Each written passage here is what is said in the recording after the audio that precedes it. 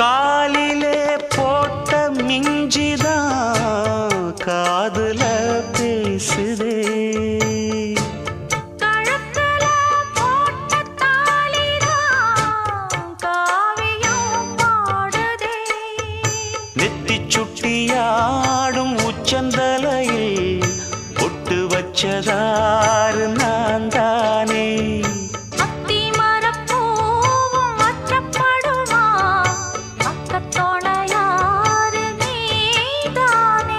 ஆசை பேச்சில் பாதி மூச்சில் லேசாதேகம் சூடு.